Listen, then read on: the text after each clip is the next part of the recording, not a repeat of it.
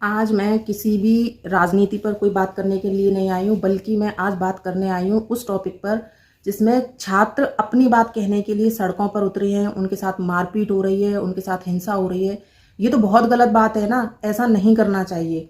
अगर कोई समस्या है तो उसका हल बातचीत से निकालना चाहिए और डंडा किसी समस्या का हल नहीं है। इसलिए मेरी मोदी जी से और जितने भी सभी जिम्मेदार अधिकारी हैं उनसे हाथ जोड़कर विनती है कि छात्रों की जो भी समस्या है उन समस्या का जल्द से जल्द समाधान करें, क्योंकि ये छात्र ही हमारे देश का भविष्य है।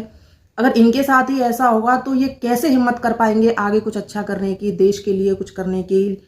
इसलिए हिंसा से किसी भी समस्या का कोई समाधान नहीं निकलता है। समाधान केवल बातचीत से निकलता है और सही फैसले से निकलता है। इसलिए सही फैसला लीजिए, क्योंकि हिंसा से सिर्फ छात्रों का ही नहीं, जो हमारे पुलिस वाले भाई हैं उनका भी बहुत नुकसान हो रहा है, उनको भी चोटें लग रही हैं, इनको भी लग रही है। और जो भी समाधान निकलेगा वो सिर्फ बातचीत से निकलेगा।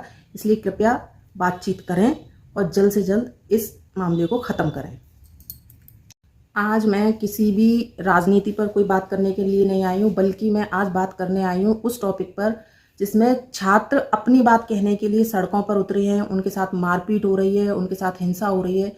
ये तो बहुत गलत बात है ना, ऐसा नहीं करना चाहिए। अगर कोई समस्या है तो उसका हल बातचीत से निकालना चाहिए और डंडा किसी समस्या का हल नहीं है। इसलिए मेरी मोदी जी से और जितने भी सभी जिम्मेदार अधिकारी हैं उनसे हाथ जोड़कर विनती है कि छात्रों की जो भी समस्या है उन समस्या का जल्द से जल्द समाधान करें, क्योंकि ये छात्र ही हमारे देश का भविष्य है। अगर इनके साथ ही ऐसा होगा तो ये कैसे हिम्मत कर पाएंगे आगे कुछ अच्छा करने की, देश के लिए कुछ करने की।